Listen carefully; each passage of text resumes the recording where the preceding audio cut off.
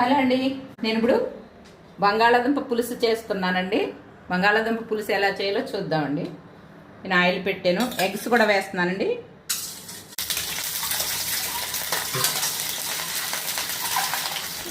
నేను కోడిగుడ్లు వేపి పక్కన పెట్టుకున్నానండి. ఇప్పుడు ఉల్లిపాయలు కరివేపాకు వేస్తున్నాను, పచ్చిమిర్చి ఇవి బాగా వేపుకోవాలండి, బ్రౌన్ కలర్ వచ్చే వరకు.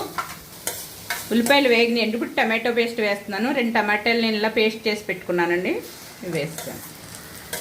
ఇందులో సరిపడా ఉప్పు వేస్తున్నానండి, అలాగే సరిపడా కారం, కొద్దిగా జీలకర్ర పొడి, ధనియాల పౌడర్, కొద్దిగా మళ్ళీ పసుపు వేస్తున్నానండి. ఇందాక గుడ్లు వేపినప్పుడు వేసాను కానీ మళ్ళీ కొంచెం వేస్తాను. ఇదండి, ఇవన్నీ వేగాయి కదా. ఇప్పుడు బంగాళాదుంప ముక్కలు వేస్తున్నానండి.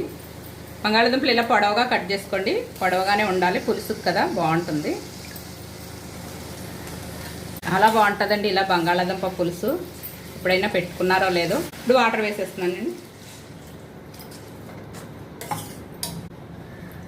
గుడ్లు కూడా వేస్తానండి, దుంప ఉడకాలి. చూద్దామండి. ఉడికిపోయిందండి బంగాళాదుంప. అయితే పులుసు వేసేసుకుందాం. తక్కువ పులుపు వేసుకోండి, ఎక్కువ పులుపు వేసుకోకూడదు. సరిపడా చింతపండు పులుసు వేస్తానండి, ఇది బాగా మరగాలి. చూద్దామండి. కొత్తిమీర వేస్తున్నాను నేను. నేను రెడీ అయిపోయింది. నేను స్టవ్ ఆఫ్ చేసేస్తున్నాను. ఇలా చేసుకోండి బంగాళాదుంప కోడిగుడ్లు పులుసు. చాలా అంటే చాలా బాగుంటుందండి. ఎప్పుడైనా చేసుకున్నారా? చేసుకుంటే నాకు కామెంట్ చేయండి.